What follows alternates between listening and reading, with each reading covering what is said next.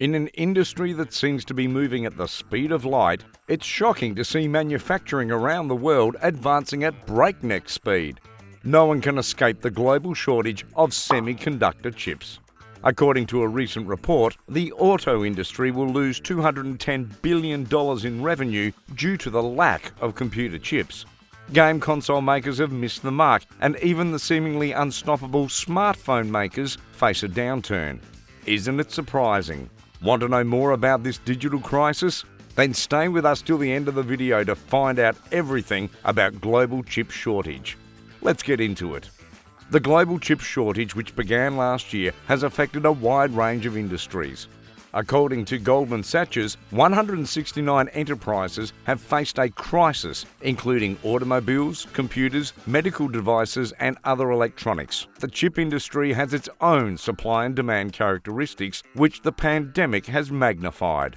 As a result, the current shortage is expected to persist for a few more quarters. The coronavirus pandemic has disrupted supply and demand. On the supply side, many factories have closed, especially during the start of the pandemic. On the demand side, the distance work and study have become the norm. The demand for laptops and other electronic devices has increased. As closures eased and the economy recovered, car sales also increased.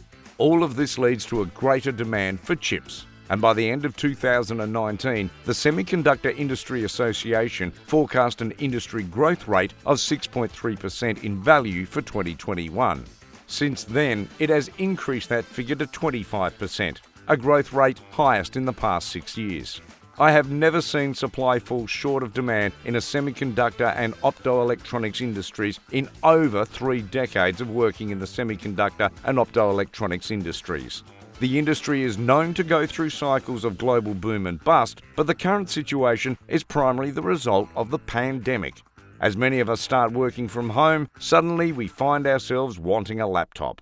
For the first time in years, personal computer shipments soared in 2020. Private computer sales increased 11% year on year, becoming the strongest year of growth in a decade and causing stress for silicon chip makers. What we did with those laptops also contributed to the slowdown. More and more people have routers and broadband and are using more data for Zoom calls, FaceTime chats, or streaming all kinds of entertainment. All of this has led to supply interruptions and increased usage, leading to stock depletion across the industry.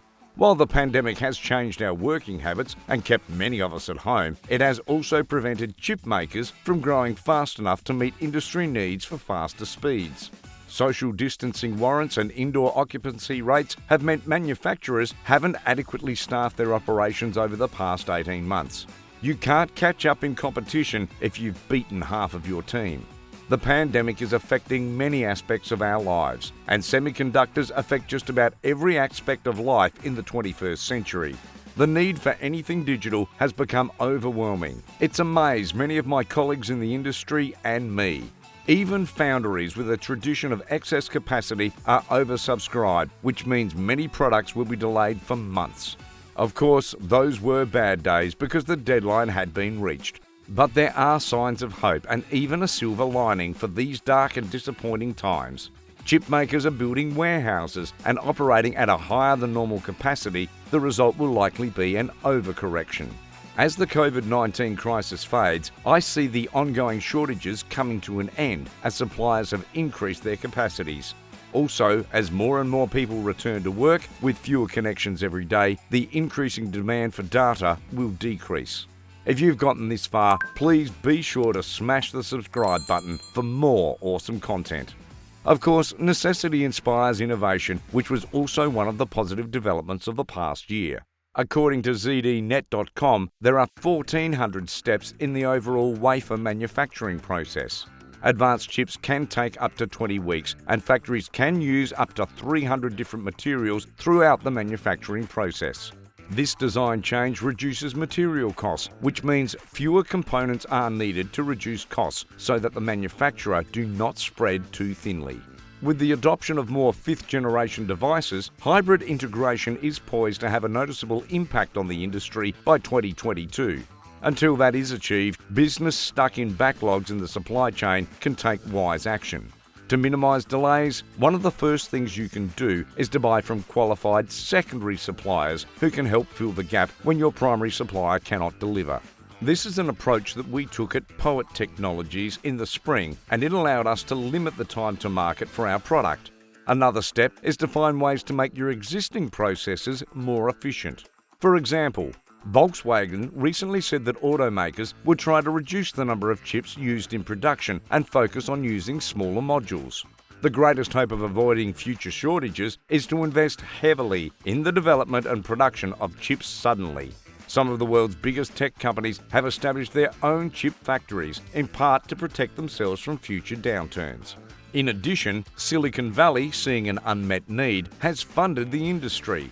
According to Crunchbase, more than $3.7 billion in venture capital has been invested in semiconductor companies this year.